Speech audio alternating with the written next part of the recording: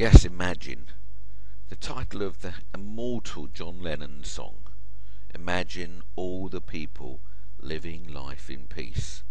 So when I started to imagine a city of light. My name's Anthony John, and I am the founder of the City of Light project here in the UK.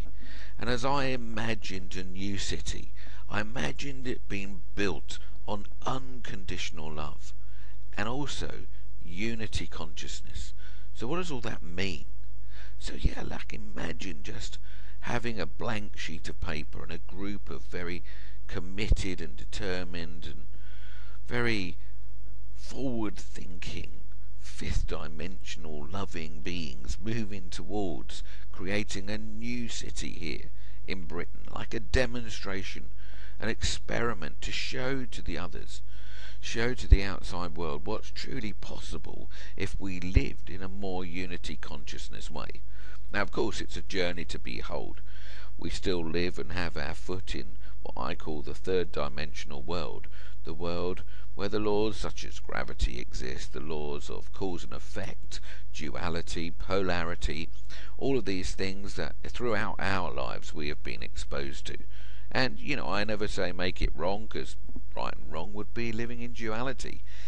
Where the humanity is today, whatever society we live in, a capitalistic, communistic, dictatorship, whatever, wherever you live, humanity has been on a journey for a very long time, and that journey has led us to have the individual and connected consciousness experiences that we're having right now, whether they be social, political, economic.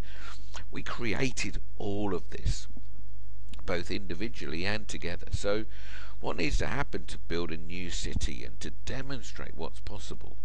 Well, this short video shows you some of the ideas and where they came from and what needs to happen for us to join together as one to create a new city of light. As I say, an experiment, a representation of what's truly possible for mankind if he lived in peace with himself and peace with groups and peace with the universe and peace with the other tribes of the planet, I always say, whether it be the flora or the fauna or the minerals or just the biosphere, this amazing place we call planet Earth. So here we go. So imagine a city designed around sacred geometry. If you've never come across sacred geometry, at the heart of it, please Google the flower of life, and it will take you on a beautiful journey to show that everything in the universe is based around this sacred geometric pattern. It's a very fascinating subject. And here is the architect's first drawing of a potential of what a city of light might look and feel like. Now, I was doing a talk in Birmingham at the Buddhist Centre, a very beautiful, energetic place, really quite in the heart of Birmingham. And it was at that talk that this young guy ran up to me and said, excitedly in fact, could I be the architect for the City of Light? And at the time I said, this would be the most amazing thing, to give us some visuals. I go around the country talking about a City of Light, but to give us some visuals of what does that really mean. And this great guy, his name's Nima, was studying at Guildford University, and he was studying psychology and how psychology interacts with buildings. He was like the perfect person in the perfect place at the perfect time. Where he said, okay, if we were going to start from scratch with a blank sheet of paper, what might a modern city look like, And he answered some of my basic questions, things like, what would a house look like? How would we feed ourselves? Could we live with no money in the longer term? If we were to transition away from ownership and into a new undiscovered world, what might that look like? Now, Nima is a very beautiful man, full of love himself, and has studied and found that inner peace, but still has his, one foot firmly in the 3D world, as I say. But his heart and soul lives really in the fifth dimension, and he's really committed to helping the City of Light project find its way into the more physical realm, should we say, as we always say as an example to others of what is possible. So he used his architectural skills to create these drawings, and quite here you can see a lot of circles and squares, and this is an actual piece of land in the southwest of England, about 5 acres in size, which we potentially had as a demonstration of what might be possible. So we used it to create some of the drawings of what might an exhibition look like if we were to show people around an exhibition. But also it gave Nima the opportunity to allow his heart and soul to come out on that blank sheet of paper and draw potentially some exciting ideas that could show us what a city of the future could look like.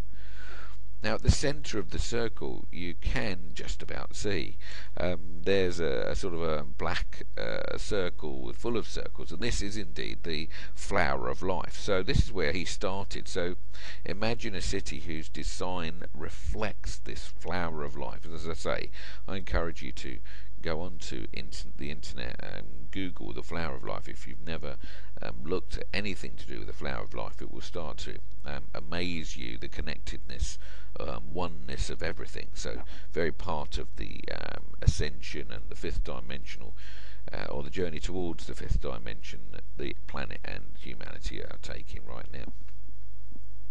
So at the heart of the city is this temple.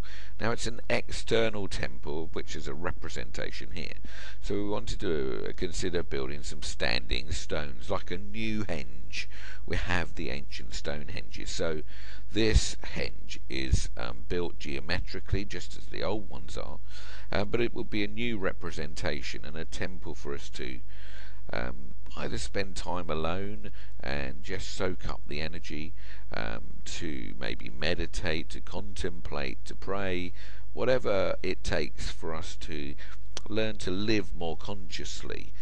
This place is a very high energetic place. It's also built on flow, so you'll see the spiral-like shapes. These are in fact pathways. And imagine the whole thing, in fact, as you stand on planet Earth today, we are literally spinning round, I believe, at some 700 miles an hour. And then Earth itself is hurtling, literally hurtling around the sun, and our solar system is literally hurtling around our Milky Way. So, you know, there's a lot of movement out there, and this movement is all based on sacred geometry, the flower of life. I saw once a beautiful drawing of Venus's orbit around the sun, and as they follow the procession of Venus as it goes around the sun, it creates the most beautiful pattern, very similar to the flower of life, and I'm sure the other planets do it as well. When Venus transit was on earlier in 2012, I noticed this drawing going around, and I thought, wow, there you go. You know, everything has got this beauty about it, often hidden from our view. So here, this temple at the centre with the new henge and this flow and movement to it is a really beautiful sacred place for us to share time, either, you know, with ourselves and finding that inner peace, or maybe together with ceremonies and all sorts of things that we could, when we come together, really share. And we've had a beautiful piece of land down here in Glastonbury where we've shared many full moon, new moon, equinox experiences, and these are great energetic moments in the Earth's journey through space. So yes, it's a fantastic place to start what we call an external temple, for us to join together as one. So this is a place for us really to gather in this beautiful energy of a 21st century stone circle. So imagine now reconstructing an Atlantean healing temple.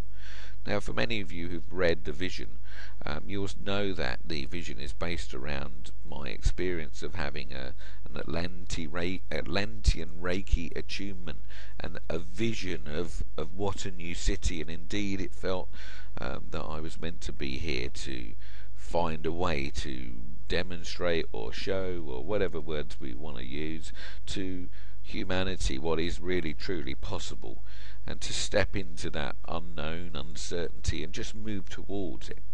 And at the heart of my vision was this temple, and actually later on I had a past life experience with my mentor Susan Carroll, who is a these are all words and titles, but she calls herself a spiritual psychotherapist, and she took me on this beautiful journey back to Atlantis, which I've actually now myself done with many, many people.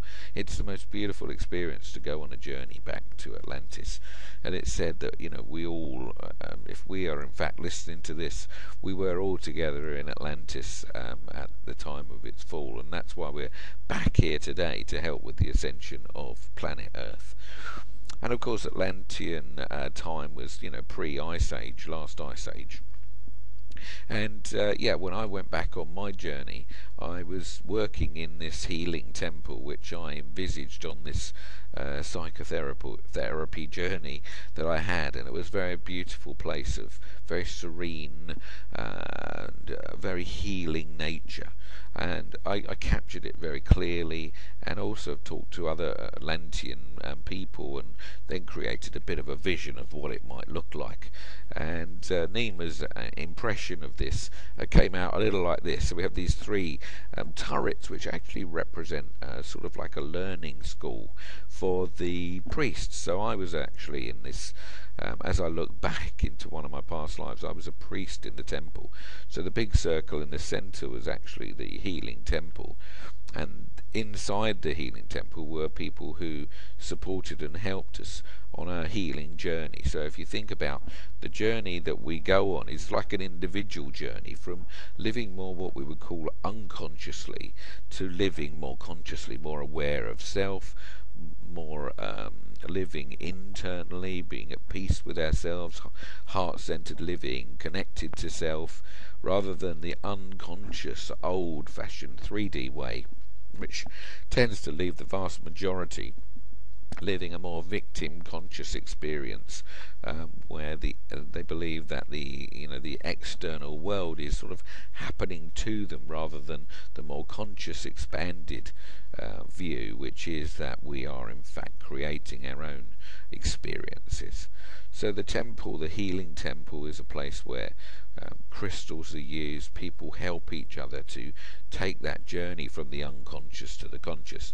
And in fact, here in Glastonbury, we have like a miniature Atlantean healing temple rigged up. So if anybody feels drawn, you can come and have beautiful sessions here, where you really learn how to move from being a more unconscious to a more conscious person, and you really do go on a 5D experience of healing. So yes, for anyone that wants to make their way to Glastonbury, you can actually have that experience here right now. It's a very beautiful thing to do, to work on yourself. So imagine what a school might look like, a school for what we always call the new children. Now here's a picture. This whole diagrams that you're seeing here are part of a huge drawing that is built on a beautiful system. I don't really know what it's called, but Nima's quite an expert at this system, and ultimately it makes, you can go for a trip around this, and he's going to make it into a trip around, and you can go inside the school, you can go inside the temple, you can go underground, you can really go on a whole journey in through these buildings, and it's a phenomenal thing to do. So I know that he hasn't finished it yet, and he wants to work more on it. It's always a work in progress. He's put hundreds of hours worth of effort into opening up our hearts and mind to the potential of what could be. We're not saying this is right or wrong, that would be duality. So somebody saw this picture and said, well, what about wind power? Are you going to be doing wind power? And I said, well, look, let's just be open. It's not about making anything in or anything out. That would be duality. If our heart were to design this, what would it look like? And really, that's what I love about Nima's work, is he spent some 8 years, I believe, studying with a Sufi master to find peace within himself. And some of this has come from his interpretations of my sketches from my attunement and my visit back to Atlantis, and some of it's come straight from his heart and his own personal work with his Sufi master, who in fact had a similar project in his heart and soul in the Middle East.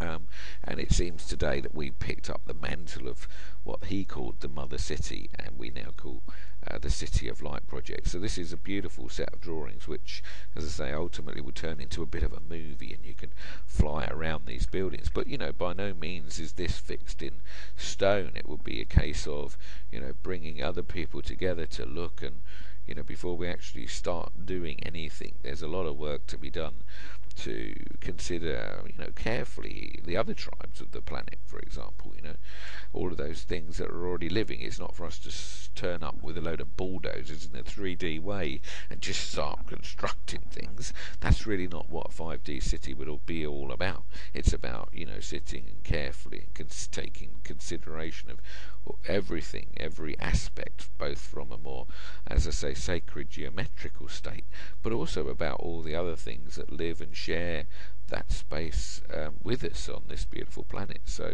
many things to be taken into consideration. But the new children, what's their world going to be like? It's like, what might intuitive, heart-based, conscious learning be like?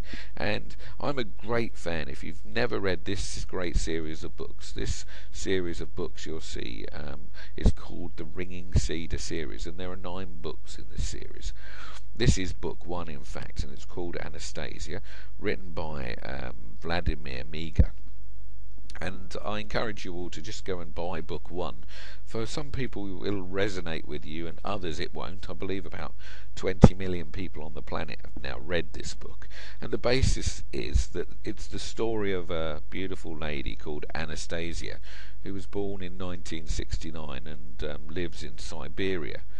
And she had this amazing experience of life, of coming down through a lineage which has some very ancient roots and some ancient arts. And basically Vladimir ultimately meets Anastasia. So remember, this is a real true story. This is not fiction, although as many people read it, they might have an inkling of, oh my gosh, is this true? But it's Vladimir Miga's personal experience with Anastasia.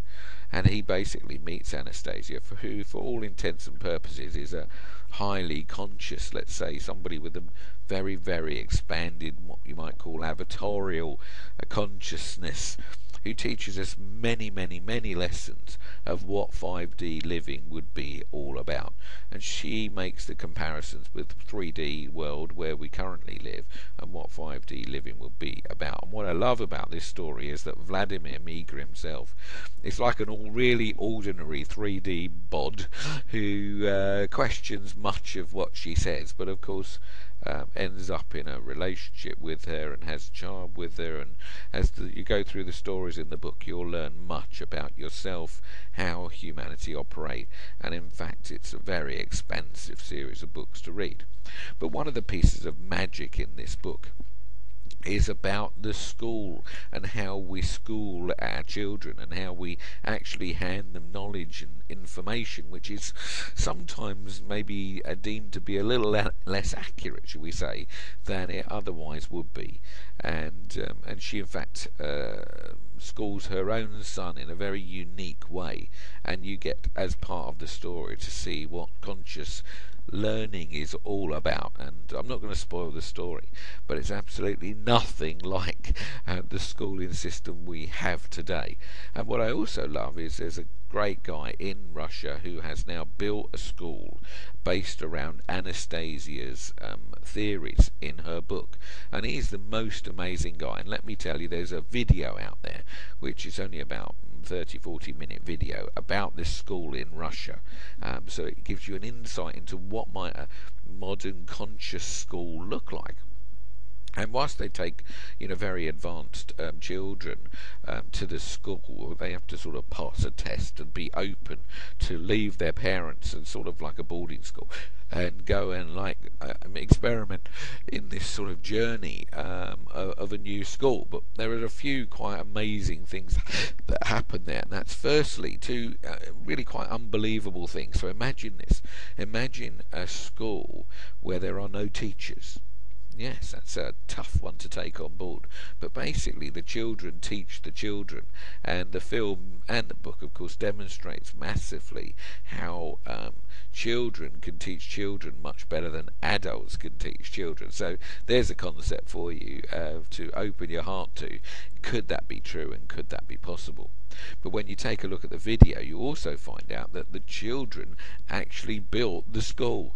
Yeah, they actually physically built the school, and it's really, really remarkable. The guy who is like the principal there is really their guide, their mentor, and gathers them all around. And really, I'm not going to ruin it anymore, but it just pushes the boundaries of what's really possible for our children if we allow them to consciously learn.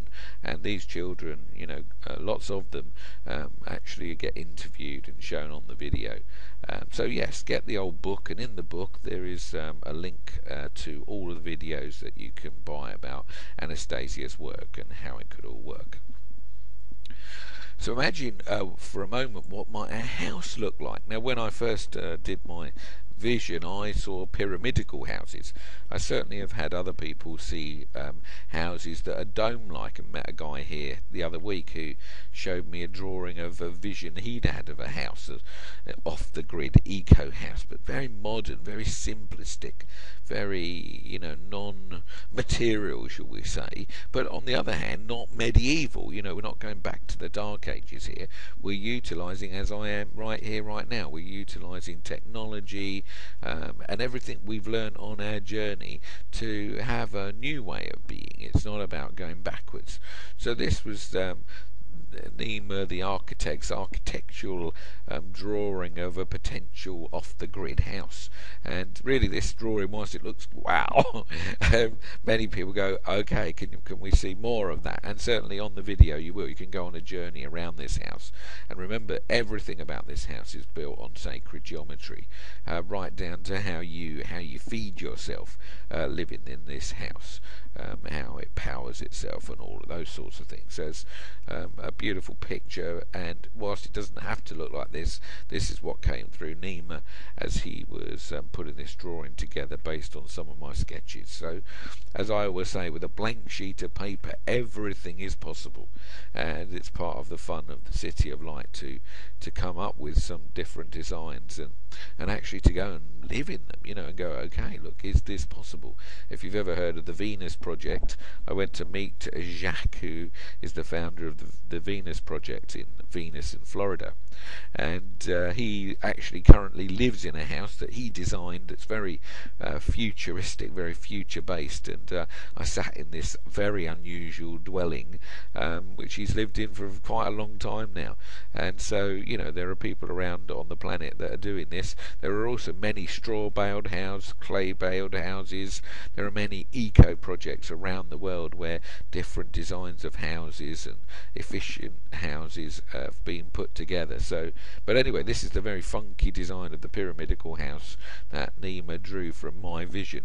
Again, there's no duality about it. It's not right or wrong. It definitely is based on sacred geometry, which is very different.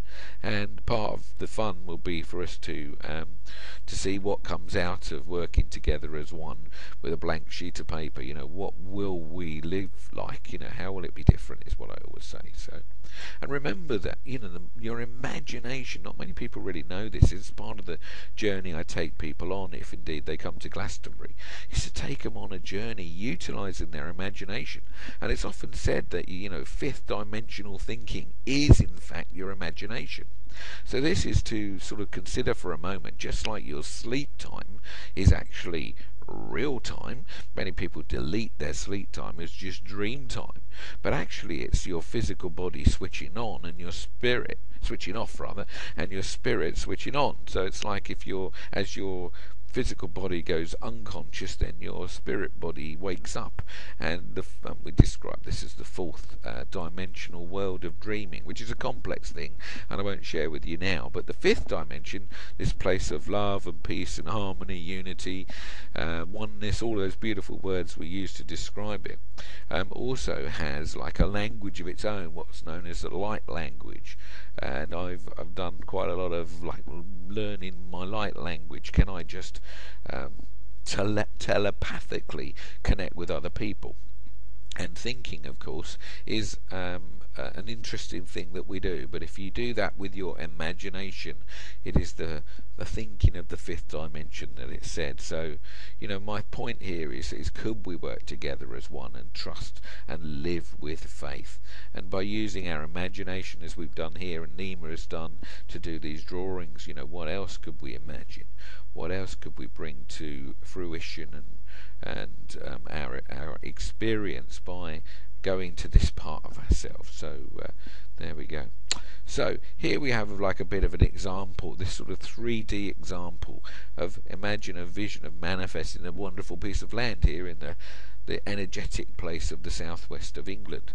And just before, whilst I'm mentioning an energetic place, why the southwest of England? There's some work done by the Damanhurians. That's this community of people in northern Italy near Turin, where now currently about 1,000 people live in a beautiful community known as Damanhur, which interestingly enough is the Egyptian word which means city of light. So no coincidence there that I got connected to these guys. And I've been there several times and I've learnt much from their original people who started the project back in the early 70s. There was 13 people, now 11 of them still remaining, and have created this wonderful community which has still got its foot in the 3D world. It still runs a bit of a capitalistic and democratic system, but on the other hand it's got its other foot firmly in the 5D world, where they learn to expand their own consciousness through various strategies such as pranic healing. They use a lot of alchemy. They teach alchemy in their university there, and various other things that they teach to help us heal and expand our consciousness. So one of the things I learned from them was to manifest a great piece of land, which indeed that they did. It's actually really possible, and what they used to find their land was actually what's known as the synchronic lines. So there's this series of lines that run round the planet, 9 of them from the north to the south, in the top of the planet, so to speak, and out the bottom, and they're called sort of highways to the universe and carry universal knowledge and wisdom through the planets that are considered to be alive, like the Pleiadians, the Sirians, and the Arcturian planets, these planets where beings such as ourselves who live in slightly different dimensions to us share knowledge and wisdom. And these lines, 9 as I say, that come from north to south through the universe, and 9 that wrap themselves around horizontally, are energetic places. They're sort of assigned places for us to move towards energetically. And Damanhur itself is built where 4 of these lines actually interact. They're not like straight, these lines. They sometimes go below the surface of the earth, sometimes they're above. They squiggle their way around, and where they cross and interact is like where these highways of information are a great place to set up shop. Now, they always say you don't want to park yourself in the middle of the motorway, you just want to be off on one of the branch roads, of which there are. And they've written a great book on the synchronicity and how these synchronic lines, as they're known, actually work. And 2 synchronic lines actually cross here in the southwest of England. So when I look for land, I always look for somewhere in the southwest, as it's considered to be one of the most energetic places of Britain. Certainly not the only one, but if we think about Stonehenge, Avebury, and obviously Glastonbury itself, then you've got sort of like an area of high energy where the crop circles are. In fact, that's also down in the southwest. So this piece of land, just using this as an example, came up for sale recently. I think it's now sold, but it's not the point. The point was to use this as an example. It's actually an estate, and basically it's the potential for us to actually physically do this if we join together as one. And it is the purpose of the Conscious Portal.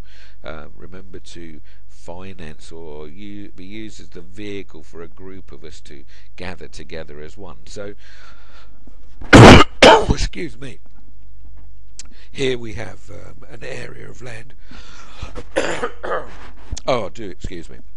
An area of land that's 543 acres in total, and came up for sale for about £6 million plus. But what drew me to it is already 166 acres of it were organic farmland. And makes it very special because it makes it like very almost virgin land that's not had loads of stuff thrown on it. And utilising some of Anastasia's strategies, and maybe the Garden of Eden or Back to Eden's strategies as well, to farm this. There is a way to consciously grow food which produces a food that is rich in consciousness itself, and then when we eat that food, then it helps us become more conscious. So actually being close to the land, working the land yourself, growing your own food, eating food that you've grown, part of Anastasia's strategy, which is working really well in Russia right now. One of the statistics are that people doing this in Russia own about, or have about, access to about 7% of the farming land in Russia, and the sort of giant conglomerate farms, as we tend to have here or in the US, have the other 90+% of farmland.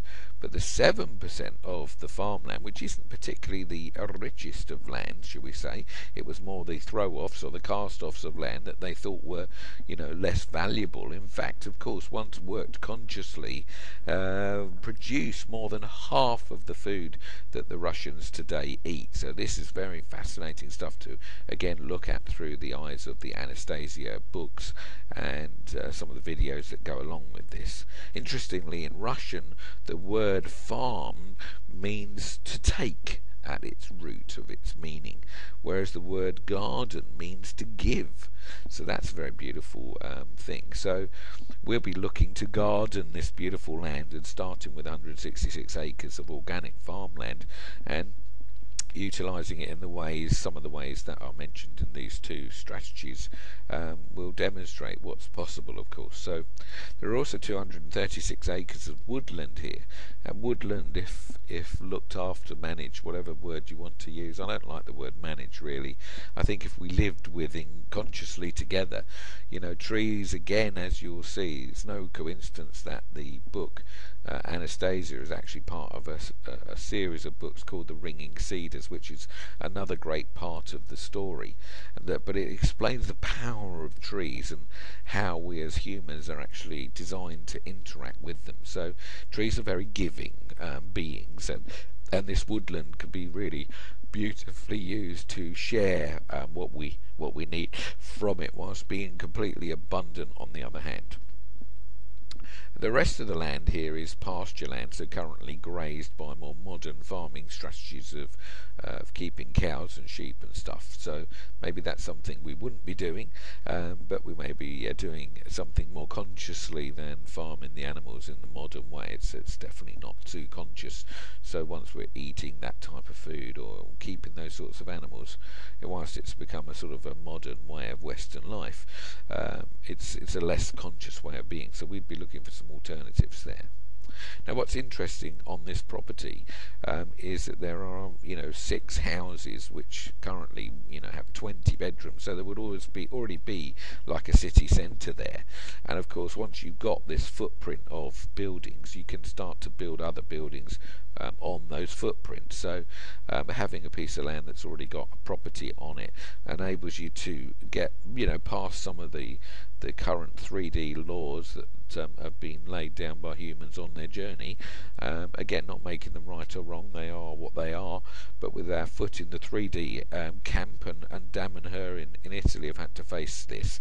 The reality of having that foot in the 3D world means that you need to comply with many of the regulations and stuff, but having buildings already there is an absolute great start for us, and it means that people could live there and start working on the project pretty much straight away. There's also an array of other buildings there which are very convertible, sort of, obviously we've all heard of barn conversions. Well, all buildings that have got a footprint can be converted easily, and would give us the opportunity to build some new buildings demonstrating what's possible. So this is a phenomenal piece of land, and it's got the River Tavi and various lakes on it, so it's full of nature, it's full of well, a lot of untouched nature, which is what I really, really love about it.